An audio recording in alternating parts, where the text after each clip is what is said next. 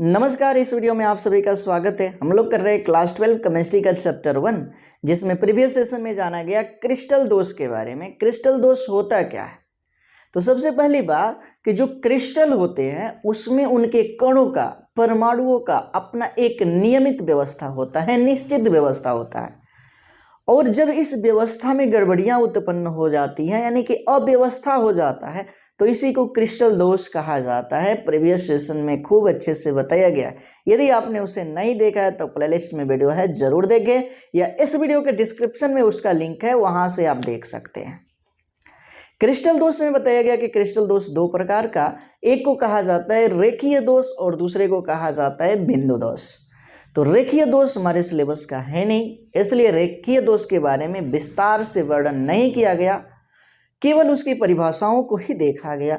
लेकिन बिंदु दोष हमारे सिलेबस की बात है, एनसीईआरटी में दे रखा है और उसी को पढ़ना है। तो बिंदु दोष में कहा गया कि ये भी दो प्रकार का, एक को कहते हैं रस समीकरणीय दोष यानी कि स्टाइकोमेट्रिक दोष, और दूसरे को बोला जाता है अरस समीकरणीय दोष यानी कि नॉन स्टाइकोमेट्रिक दोष।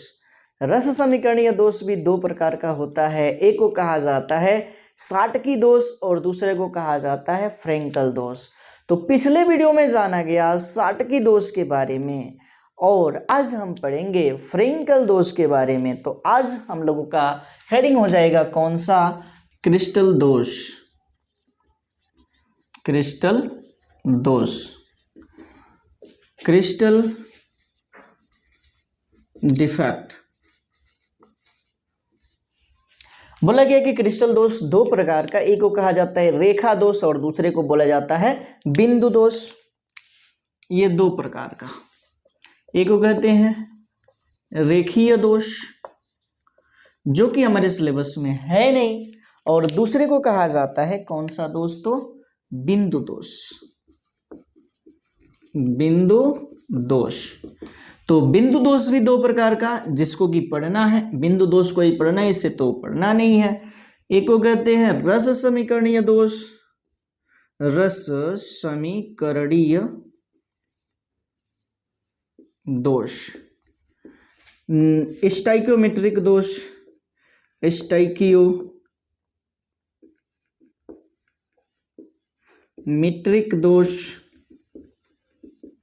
और दूसरे को बोला जाता है औरस समीकरणीय दोष। क्या चीज? तो औरस समीकरणीय दोष, यानी कि इसे बोला जाता है नॉन स्टाइकियोमेट्रिक दोष।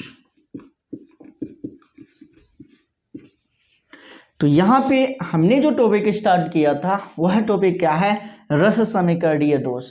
और रस समीकरणीय दोष भी दो प्रकार का, एक को कहते हैं कौन सा दोष? तो शाटकी दोष, शाटकी दोष, और दूसरे को बोला जाता है फ्रेंकल दोष, फ्रेंकल दोष।